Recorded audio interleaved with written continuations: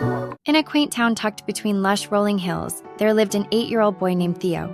With wild curls that bounced with every step and a mischievous grin that often got him into trouble, he was the town's little rascal. The locals knew him well for skipping homework, playing harmless pranks on unsuspecting neighbors, and for his knack for finding adventure in the most mundane moments. Yet beneath his troublemaker facade, there lay a young heart longing for connection. Theo's life wasn't easy. His mother dedicated long hours to the town bakery, often returning home exhausted, leaving little time for heart-to-heart conversations. His father had stepped out of their lives years ago, leaving a void that Theo felt deeply, even if he didn't always show it. Feeling invisible, Theo resorted to his antics, thinking that if he could make people notice him, perhaps they would care. One dreary afternoon, as ominous clouds loomed overhead, Theo sank onto the steps of the old library, absent-mindedly tossing pebbles into a puddle. He had just been scolded by the librarian for sneaking a stray cat inside, and he sat there, proud yet stung. Defiance masked the tears he refused to let fall. Suddenly, a familiar shadow fell across him. It was Mrs. Harper, the beloved florist, her gentle aura brightening the gloomy day. Clutching a vibrant blue umbrella in one hand and a bouquet of sunny sunflowers in the other, she approached with a warmth that enveloped him. "Theo," she said softly, her voice a soothing balm. "You'll catch a cold out here. Take this umbrella. It's meant to keep you dry, but it's more than that." She offered it to him with a kind smile that disarmed his defenses. Everyone deserves a little shelter when the rain comes. Theo looked up, suspicion mingling with surprise. "Why would you give this to me?" Mrs. Harper chuckled lightly. "Because, dear boy, on days like these, we all need a touch of kindness." Taking the umbrella felt like grasping on to hope itself, something he hadn't felt in a long time. The following day, as Theo walked through the town with the little blue umbrella, a curious transformation occurred. For the first time, people looked at him with a warmth he had never experienced.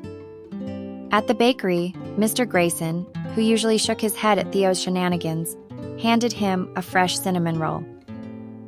"Here, just for you," he said with a wink. At the park, Mrs. Duncan, who often scolded him for his mischief, waved warmly and said, "Mind the branches, Theo. We need you in one piece." As Theo soaked in their kindness, the world around him started to shift. Perhaps it was not just the town that was changing, but him too. He began to smile back, to hold doors open for neighbors, help carry groceries, and even return lost items instead of pocketing them. With each small gesture, he felt a new sense of belonging swell inside him. One evening, as the sun dipped low and painted the sky with hues of orange and pink, Theo assisted Mrs. Harper in watering her flowers, the air filled with sweet scents that reminded him of home. Suddenly, a question burst forth. "Why are you always so nice to me, even when I was a troublemaker?" Mrs. Harper paused, her eyes glimmering with understanding. "Because, Theo, I see the goodness in you.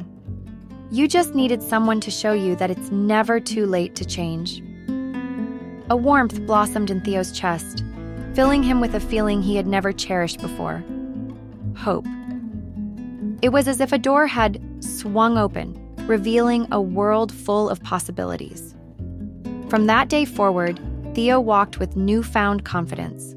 Volunteering at the library became his joy, guiding younger kids through their reading adventures. He joined the town's soccer team, where he discovered that teamwork was far more rewarding than glory. And every time the sky turned gray, he carried the little blue umbrella, offering shelter to anyone who needed it, just as Mrs. Harper had done for him. Over time, the townsfolk watched in awe as the once mischievous boy blossomed into a compassionate young man.